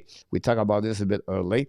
The Montreal Canadiens are 6-1-0 the last 7 games, 24-14, plus 1 shot or plus 10 for the Montreal Canadiens. That said, there was a play there a couple of weeks ago. We said Montreal cannot win at home. Now they really spoil their fans. That's a good transformation of what's going on with them for the Montreal Canadiens. And then the most game-winning goal in the last 3 seasons in NHL, guys.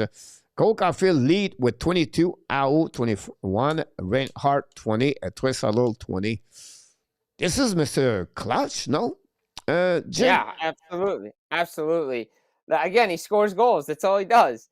Like, and he wins board battles, and he's playing a style for Martin St. Louis, but he knows how to score goals. That's what he does. That's why. 1 second, I gotta hit a yawn. That's okay, no problem.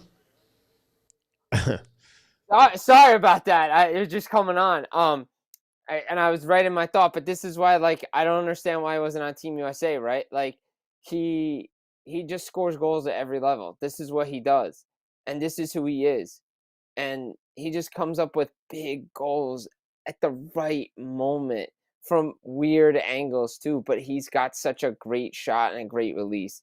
I'm not surprised by that. Because Caufield is born to score goals, first of all. Secondly, guys, Team USA at the Four Nations, if you remember, they dominate the third period and the overtime, and they couldn't put the puck in the net against Bennington. Nope. Like, they have opportunity after opportunities. But if you leave Caufield, guys, on breakaway, 9 of the 10, the puck is in. The Caufield guy is unbelievable on this one. Mr. Barry just slapped the likes. I cannot stick around. I'm taking care of the Annie Hutson. And all right, my friend Barry, thanks to stop by for the likes, everybody. If you don't mind to click on the like, that'd be good. 22, this one, you just described exactly what is Cole Caufield. Let's move on, guy, for the next one. Most assists on the game-winning goal this season. Nick Suzuki lead the NHL this year with 10. Mikko Rantanen 9, Kucherov 9, Eichel 9, Celebrini 9. And again, PW talk about Suzuki struggling on 5-on-5, but the captain have 1 point per game in the month of January. I think he is 11 and 11. Keep produce at some point also with the Montreal Canadiens, and we have to give credit on the way for the captain overall. I know he got a lot of point power play. I know he's not. I was hard on him yesterday also, but at the end of the day, he's still giving the productivities for the Montreal Canadiens. Yeah, no, absolutely, and he's been one of the best players in the National Hockey League since Four Nations, right? Like, he's been like, he used that snub last year to get on the team this year. Right? Like, Suzuki, to me, winning faceoffs, pace-off percentage is going up. He has assists on game-winning goals. He's still scoring goals. He's winning battles. There's a reason why John Cooper wanted him on Team Canada. He's a versatile player, could play all situations, and his offensive productivity still has not gone down. Good point about that. Colette is in the house. Ask a question. I'm going to ask you this question too to you at the same time. We're going to make a little bit, a couple of 2-minute break here before we continue with the number, Jim. And this was a little bit early. Someone talked about this too. I think it was Roger Bouchard. Now it's Colette. And they talk both of them about Gallagher. from you, for an insider, what it will be Gallagher's situation until the rest of the year? What do you expect for the summer? And the Roger asked you if you think he's going to return with Montreal next year. And I don't know if he's going to return next year. I think he'll be there the rest of this season. I think they're going to have a hard conversation over the summer about Gallagher. I'm going to be honest. Like, I don't think I could see them moving on from him and trying to find him a new home someplace, but I don't know if people are going to want to take on the contract for what he is now. But the problem is his role is kind of diminished in the Montreal Canadiens, and they have guys that can fill what he can do now. So they're going to have a long, hard conversation with him at the end of the year, whenever that is. You know, first round, second round, whenever their season is over. I think they're going to have the hard, long talk about Brendan Gallagher. But again, I could see him staying too, right? Because you need those guys in the room, right? We talk about it, right? Like, he's been to those wars. He's been through those playoff runs. He's experienced a conference final. He understands what it takes to win. The morale might boost it, go lower if you don't have a guy like Brendan Gallagher in there. I could see him come. I think if my guess is they'll have the conversation, they'll say, all right, we'll let you play it out, but we're not probably going to extend you. And I think that next year will be his last year with the Canadiens, and maybe his last year in the NHL. Because I think for me, I think, like, you know, we talk about these guys being lifers. I think Gallagher's a Canadian, and he's always going to be a Canadian. And I don't know. I can't picture him being in another uniform. You're right. I don't see him with anybody. I think he will prefer to not go nowhere. I understand he get there, but I think he's really loyal, right? He's a good guy, by the way. Yeah, he's a good soldier. His family, everything's up there. The team's been good to him. The team's been good to him going through the situations that he's been through. But they're going to have the conversation. I think two things could happen here. First of all, his wife, she's Emilie Fortin from Montreal. Marry her. So that's the one thing here. But I think if you sit with him, explain the situation, and they give him the choice, say, look, Brent, you can go somewhere else. Right now that's the solution. Maybe not play next season, whatever it is. If you are exposed to him, he will maybe helping the Montreal Canadiens said, okay, I can go. That's all. I understand that. That's my point behind that. How are you going to be treated? But he cannot said, and don't expect everybody said, I stopped to play hockey. He was going to lose $6 million. He's not going to do that at all. No. On that one. It's not going to happen at all. Now, if he accepts to stay around and to have another role, remember, guys, Gallagher has been hurt many times. He's maybe 3 years now. He's not hurt, maybe 4 years. And every year, his role is diminished. From the second line, first line, second line, third line. Now he's getting at the bottom six now and maybe at the fourth line. And he's not played 14 minutes, 15 minutes. He gave his heart. He played with his intensity still. But at some point, Montreal had to move on. And that's a difficult time about that. And many teams did it. Florida did with Jonathan Huberdeau. Tampa Bay did it with Sergachev, with McDonough, Stamkos. And this is a part of the game. And this is what we are. But don't be surprised this could happen. This year is last year of his contract. That's with the Montreal Canadiens. I will not be surprised on that one. You're welcome, Pete Martin. I appreciate that. Andrew should offer an office job 3 years, $2 million, so he does not lose his 1.5 retirement early. Yeah, it could do that also. Again, this is another great example. I think Andrew Six you bring to me, and I didn't mention Jim. His wife's from Montreal. He wants maybe stay in Montreal because his family is there, and then get a job with the Montreal Canadiens. It's not bad at all. I think they would. I think they'd hire him as a scout or something. I don't see him leaving the organization. Like I definitely could see it. So we have to wait about this next shift, my friend. 15 come from behind win this season for the Montreal Canadiens, first in NHL. 7 come from the behind win and the third period, first in NHL. Those numbers does not lie to the Montreal Canadiens. But I don't like those numbers, Coach. Like to me, the pendulum always swings the other way at some point. Yeah, but if you remember, guys, the Fleur Panthers 2 years ago, or 3 years ago, they was winning those kind of games like that. When before they become champion, there was a team was coming back all the time, Jim. No, I mean, I don't have a problem with it, but I'm just saying eventually the pendulum goes the other way. No, definitely I agree with you about that for sure. But when you go to get better, Jim, they're going to lead. That's my point behind that. The best of the best will be guys.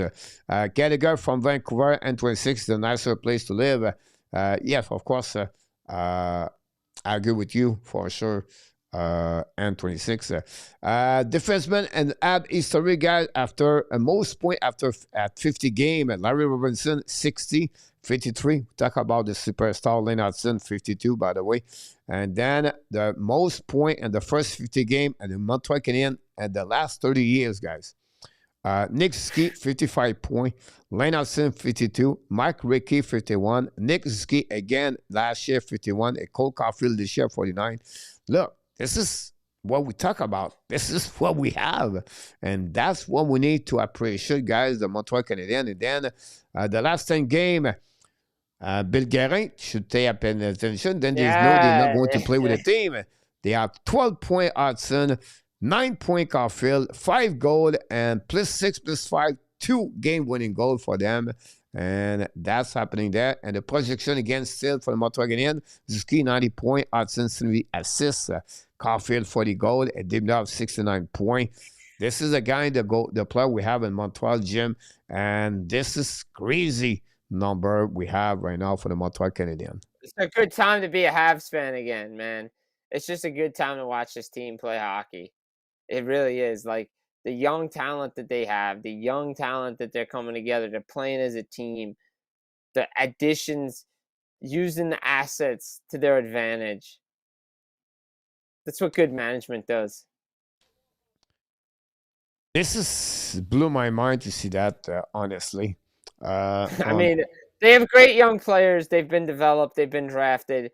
Kent Hughes and Jeff Gordon and even the previous establishment, you know, the fact that I believe Bergevin was there when Suzuki was traded to Montreal. Am I right? Yep. That was a Pacioretty. That was a Pacioretty trade. Like, the fact that they scouted Suzuki out, knowing how good he was going to be, like, the organization is going in the right direction. You're right about that. They're going to the right things, guys. Before we leave, Ducks 1, Colorado 0, Flyers 3, Mammoth 2 now. Cruz 13 goal. Pittsburgh Penguins will lead 1-0 against the Flame. Malkin 11 goal. Islanders 1, Kraken 1. And they have Washington 1 and Canucks 0. Dallas Storm scores 12 on power play. Wilson got an assist on that one. On this one. And she wants to say hi to everybody. She's getting tired about that. She heard you right now. She's getting tired right now too. She wants to play. Oh, what a cutie. You want to play? She wants to play. That's what she's looking now. So she's tired. 3 hours under my desk. And Washington take the lead, guys, 2-0. Jordan Sordif. What a great year Jordan Sordif has, Jim. Yeah, no, they're doing good this year. And look, the puppy's gone. But yeah, no, it's gonna be good. I mean, look, I think Washington needs to get back on the and Strom's playing well. I mean, Ducks finally, the Ducks finally trying to get some winning back together. So, but yeah, no, it's sorry, distracted. I love dogs. So, but look, we got to get back to the hockey. Look, I love it.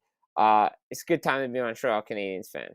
Yeah. So what's going on with you, Jim? Before you go, what do you have right now? What's going on? All right. When I get off, I want to finish my Lane Hutson article that I promoted and teased to you guys on the show. It's going to be about why he needs to be on Team USA, but why he's not there. I'll have reasons for and against, but his time is coming. Let's just say that. His time is coming for Team USA. That's what I have coming up. I'll drop a rumors video sometime tomorrow, going through some things on Full Press Hockey. I'll send it to you, Coach, so you can send it to everybody there. Hopefully we get you back on my show again. Talk some Canadians. We go around the league, Blackhawks, things like that. We'll set some things up. Next week, here's my lineup. Now, by the way, to everybody who showed up for the college football game on Monday, we really appreciate you. I was glad to be a part of it. So it was fun. Shout out to everybody. We got 9,000 people, by yeah. the way. We have a lot of great time together. And I tell you, I told you, and I said, you saved my life because you're really knowledgeable about football. That's good to see that. I will see you at the Super Bowl at some point. I kept a couple of minutes at the Super Bowl. Going to do a Super Bowl game in February for sure.